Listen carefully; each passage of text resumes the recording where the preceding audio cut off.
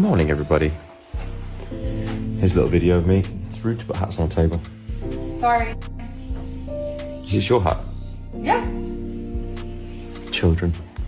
It's a lovely day here in Argentina. Está en una habitación que tiene balcón y bueno, estamos un poco con temor de que haga algo que le ponga en riesgo su vida. Tonight, ABC News has learned a toxicology report revealing former One Direction singer Liam Payne had a mixture of drugs in his system when he fell to his death from a third-floor hotel balcony in Buenos Aires. Authorities say they found traces of the party drug pink cocaine in his system, along with other drugs. Police previously releasing pictures showing drugs found inside his room, along with a smashed TV. When you see someone that you haven't seen for ages and you become the same person you were when you were with, I don't know, it's very interesting. It's a feeling Liam Payne's loved ones won't experience again, as those who knew him best continued to mourn the star after his sudden. Probably one of those life-changing moments that saved my life in a way, and without it I wouldn't have, I went through a lot, don't get me wrong, but to actually arrive where I am here today and where I hope we're going to go forward together, it could be one of those make us or break us. It was tough to read some of the stuff online. I think thick skin's quite fake.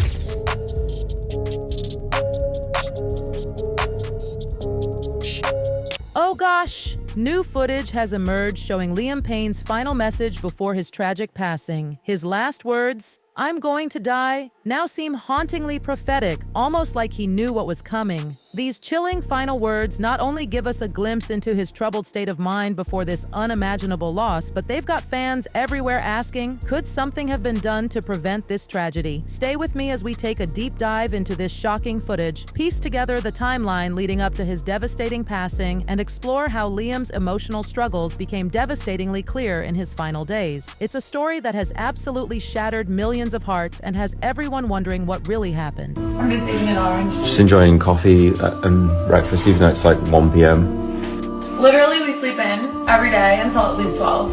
We're such losers. No. No.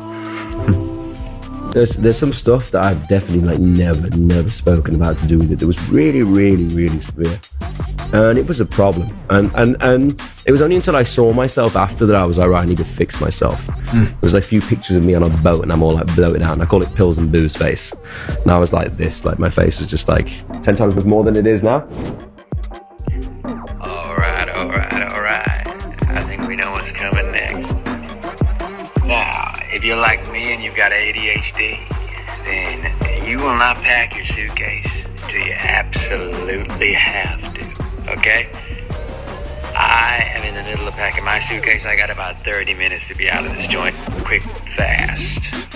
But if you have ADHD, you will not pack until there's an absolute emergency and you feel the need that you have to pack for those green lights. It hurts a lot. It's very tough to do. But we're enjoying ourselves here at our lovely friend Gon's house.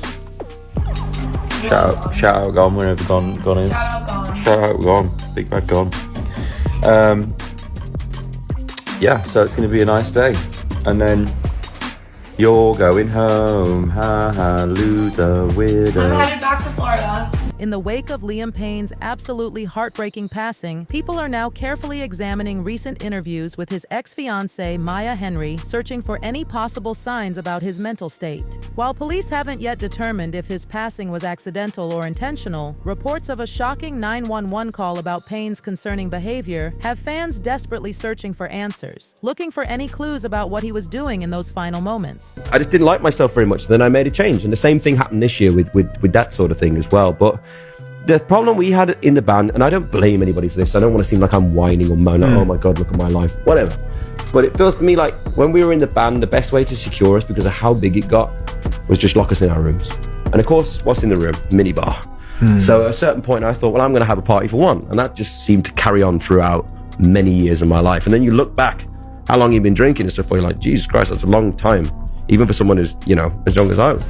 In a shocking revelation on the Internet is Dead podcast, it came to light that Payne frequently talked about his own death. Even more disturbing, Henry accused him of using manipulative tactics. Just last week, in what now seems like a cry for help, Henry took legal action by sending a cease and desist letter, claiming Payne had been persistently reaching out to her and her family. The burning question on everyone's mind is, what exactly did Payne say to Henry before he passed away? Did he somehow know what was going to happen? But it was like the only way you could get frustration out in the day, or being trapped. And I spoke to somebody about this, and in child development, as a teen, the one thing you need is freedom to make choices and freedom to do stuff. And it was the one thing that, although we could do anything we wanted, it seemed from the outside that we were always locked in a room at night, and then it would be car, hotel room, stage, sing, locked.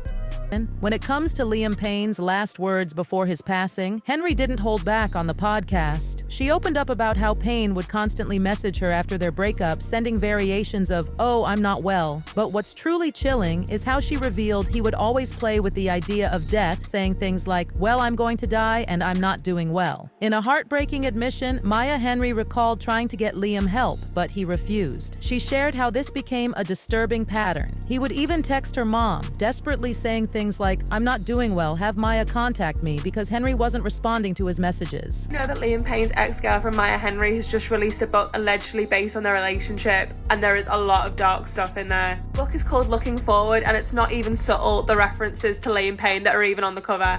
Like, if you look at the guitar, it says 5F, which is like a variation of 1D, One Direction. This sign says James Street, and James is Liam Payne's middle name. And in the book, the main character, Mallory, is pressured by her boyfriend to have an abortion. Maya actually told People.com, "If it were up to me, I wouldn't have done it. But then also, if I were to have made a different decision, then I would have lost the person that I loved." In a shocking twist, this May, Henry released a book called Looking Forward, based on real-life events. One particularly haunting part suggests that Payne had reached out to Henry's mom with the devastating message, "I'm not going to be around much longer." Henry emphasized on the podcast how seriously she took this, explaining that she never takes talk of passing away lightly, and that if someone says something like that, she'll always try to help no matter what they've done. But sadly, she felt that Payne had taken advantage of her family's kindness. Is Maya, she's right, question mark? Are you right? It says, how's Maya, she's right? Does that make me left? Are you right? I'm alright. She can confirm she is right. Show me Maya. Okay. There she is. In an emotional revelation, Henry expressed deep concern about Payne's declining mental health, saying it had gotten so much worse. While she couldn't share specifics, possibly due to legal reasons, she remembered him apologizing for everything he'd done, saying he couldn't live with himself, all while still continuing to hurt her. I was having a drink, and then I was like, you know what, this just isn't serving me at all. I don't really need this right now. It's the first time I've ever put a drink down and gone, someone else, yeah, you finished that, I don't need it. And I haven't picked one up since, which has almost been 6 months, which I'm excited about. It's good. It's good to be in this position. And then, yeah, I definitely don't need those things anymore. Party's over. I just need to take a little bit of time out for myself, actually, because I kind of became somebody who I didn't really recognize anymore. As many fans know, Liam Payne had been incredibly open about his battles with addiction during his One Direction days. Maya Henry remembered desperately trying to get him into rehab, constantly worried about his lifestyle and feeling that something terrible could happen. In a heartbreaking admission, she shared how she would think to herself that if she didn't try to help him, she wouldn't be able to live with herself if something happened. Despite all her efforts, Henry eventually realized that Payne had to be the one to help himself. Maybe we should have done this, babe. Should we have sang this song instead?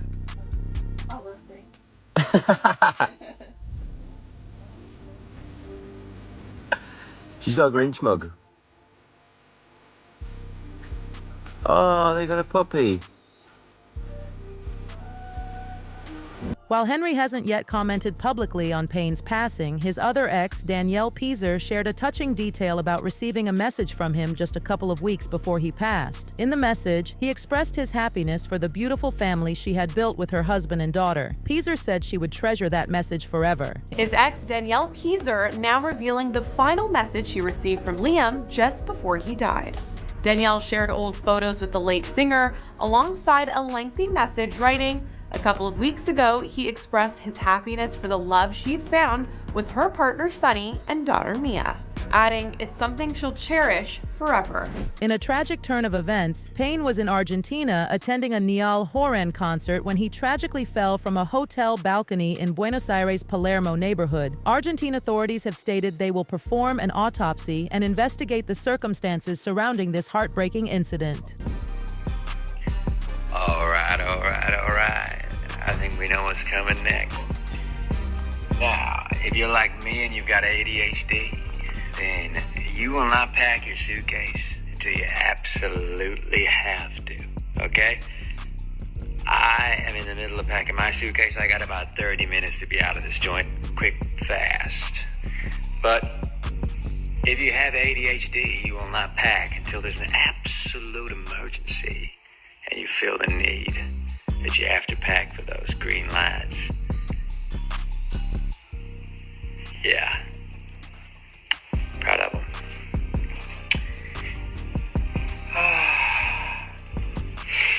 The house is a mess. I'm a mess. I don't mind saying it.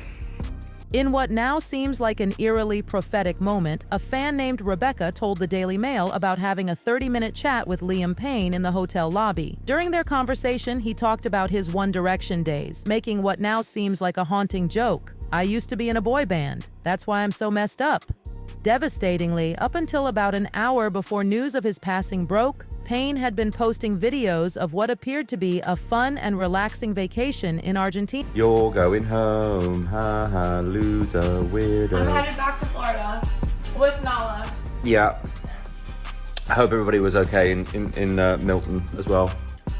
By the way, it's quite a scary thing to watch from far away. I hope everybody was okay, and all the little dogs and everything made out as well. There's some quite sad stories about dogs. Obviously we're gonna go home and see our dog. Our dog? Nala, Noonie, Chooch. What else do I call her? Nala. No, that's what you call her. Oh, yeah. I call her really random names. I make up a lot of random names. I'm Choochie. It's got nothing to do with Nala. The music world and fans everywhere are now grieving the sudden and absolutely heartbreaking loss of Liam Payne on Wednesday, October 15th. What makes this even more devastating is that just hours before, he was sharing what seemed to be beautiful moments from his trip.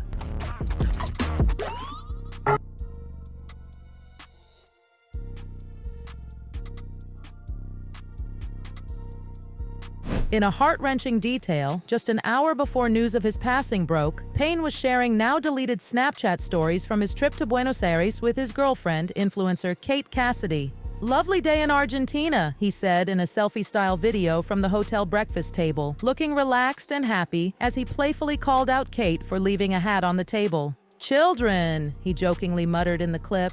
"It's a lovely day here in Argentina," he continued, showing a gorgeous view of a grassy backyard, palm trees, and blue skies. "This is the breakfast table, just enjoying coffee and breakfast even though it's 1 p.m. Kate then chimes in, "Literally, we sleep in every day until at least 12. We're such losers." Here's a complete look at the Snapchat video.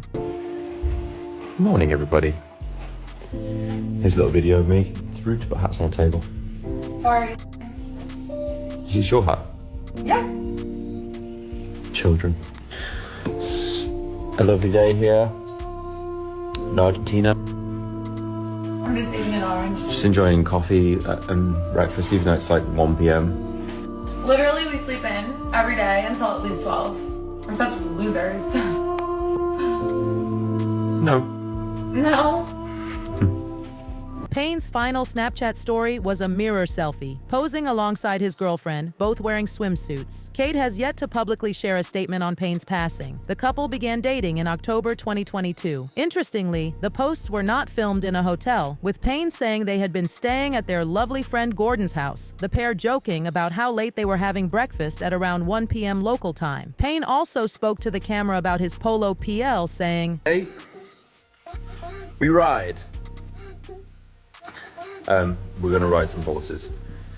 I think I'm going to be playing polo again, which is going to put me out of action for about 6 weeks. Honestly, polo, out of everything I've ever done sports-wise, not that I'm like taking up polo professionally, by the way, I'm just like, I had to go for some fun.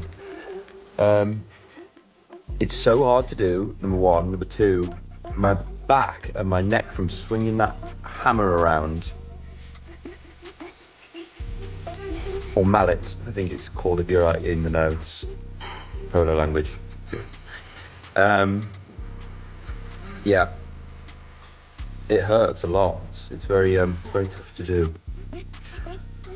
But we're enjoying ourselves here at our lovely friend Gon's house. Shout out Gon, wherever Gon is. Shout out Gon, big bad Gon. Yeah, so it's going to be a nice day. Payne showed off the stunning views from his friend's house, overlooking beautiful fields and trees. The posts included adorable images of the couple posing together and a lighthearted video of Payne walking around saying, "I look like the Joker, my hair's a bit cray-cray." One particularly touching post featured Cassidy and their dog watching TV, with Payne playfully asking fans to write a caption for him. Now, as mentioned earlier, Danielle Piezer, Liam Payne's ex-girlfriend, recently opened up about the last message she received from him before his passing. In a heartfelt Instagram post on Sunday, October 20th, Piezer reflected on their time together as a couple and shared a touching message Payne had sent her about her family. "Receiving a message from you a couple of weeks ago expressing your happiness for the love I found with Sunny and Mia is something I'll cherish forever," she wrote, referring to her partner Sunny J and their daughter Mia. Danielle says his doesn't feel real. "Despite being aware of your struggles over the years, I hoped and prayed that this day would never come. But now we're all facing the reality of living life without your presence." Taking us back to where it all began, Liam Payne first met Danielle Piezer back in 2010 when he was a contestant on The X Factor and she was a backup dancer on the show. The two ended up dating for over 2 years. Elsewhere in her message, Piezer wrote of Payne's most important role, saying that out of all his monumental success, being a father was what he was most proud of. Liam and Danielle met in 2010 on The X Factor. He was competing as part of One Direction. She was a backup dancer. In a heartbreaking moment, she continued, "The thought that there is now a child growing up without one of their parents is heartbreaking and unfair." She then addressed Liam's son Bear, as well as his parents and sisters. "My love, thoughts and strength goes to you. The magnitude of this loss is incomprehensible, and I will continue to support you in any way I am able to." She then shared a deeply personal statement addressed directly to the One Direction alum, using his initials LJP and writing that his life's end still doesn't feel real. The part about being a dad is when they look at you.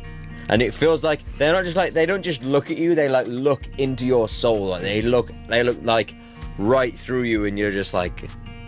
Simon says Liam's son Bear, whom he shared with singer Cheryl Cole, has his dad's smile and that twinkle in his eye. He will be so proud of everything you achieved and how you achieved it. Have you ever just looked at someone and say, "So this is what love looks like"?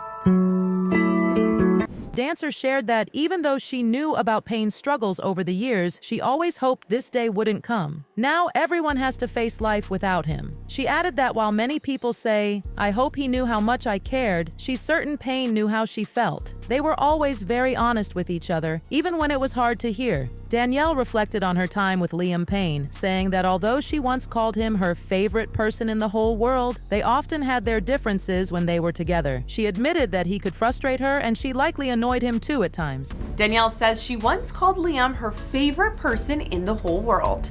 "He could also wind me up so much and I probably annoyed the hell out of you sometimes too." I don't really think it's ever something you could ever have thought of. Really. I mean, when we finished the show, we thought something might happen, but never anything like this. The two called it quits in 2013, but Danielle says that seemed to be just the start of our story. The things we went through and experienced from then all the way until last year could be described as unique to some and misunderstood by others. But I think deep down we always knew we'd have some sort of connection forever, no matter where our individual lives took us.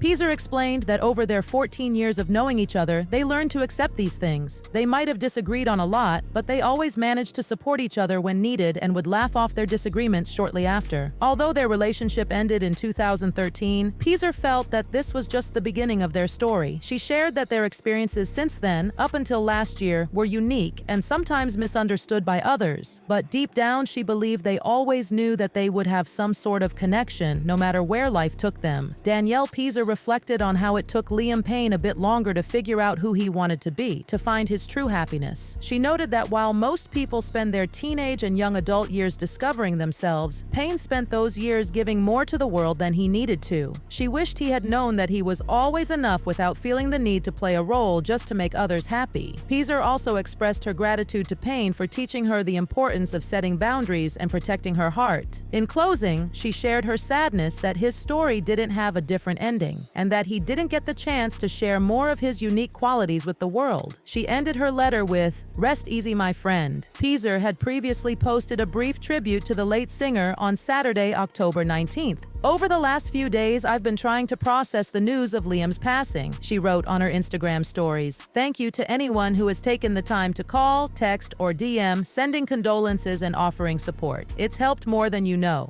Apart from Payne, another one of Liam Payne's close friends is speaking out about their final conversation before the One Direction singer's tragic passing. "We've been friends for many years, and he was away yesterday, obviously in Argentina," Jody Richards shared in an interview with Sky News. "And I think he just wanted to touch base, just check that I was okay, just to sort of see how everyone was back home." According to reports, Richards, who used to teach Liam Payne at her performing arts company Pink Productions in Wolverhampton, shared that Payne texted her 2 days before his passing to ask how she was doing. She told him she was at the gym with her son, and he simply replied, "Nice." Later, Payne sent her a photo of himself sitting on his hotel bed in Argentina with his hand on his head. Richards responded, "Sorry, just got home X." She explained that they had been in touch almost every day for years, even though they didn't live near each other. Payne had always been there for her when she needed him. Richards shared that the last message she got from Liam Payne was early Wednesday morning. She had just arrived at work, and he told her he was chilling in Argentina. He seemed excited about his day, happy and healthy, with no signs that anything was wrong. Later, Richards received messages from friends asking her to confirm the news of his passing. She couldn't believe it and thought it might be fake, so she tried calling and texting him. Normally, his texts would be marked as read quickly, but this time they weren't. When she turned on the TV, it became clear that the news was real.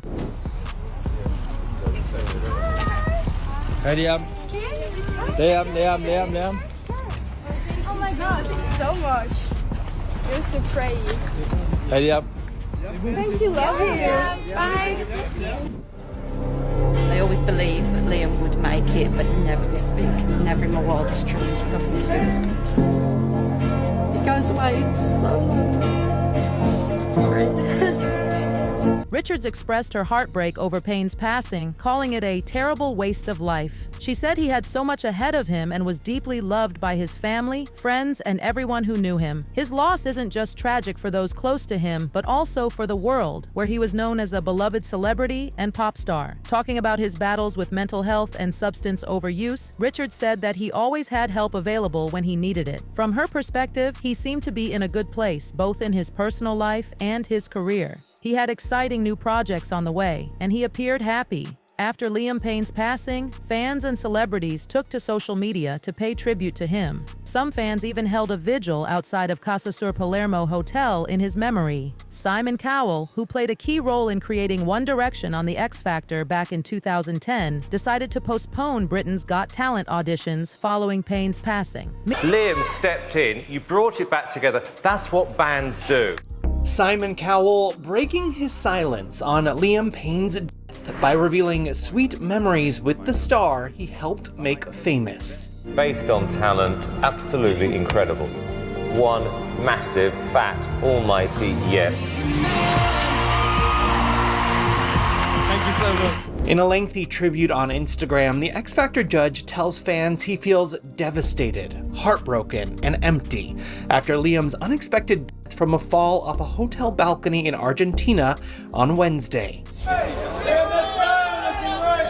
Simon rattles off a list of words that come to mind when he thinks of Liam. Kind, funny, sweet, thoughtful, talented, humble, and focused. He goes on to share a story from his final visit with Liam last year, writing, "We reminisced about all the fun times we had together and how proud you were to be a dad." He then addresses the bond of One Direction, calling them brothers, before ending his message by saying Liam left the world too soon. Rest in peace, my friend.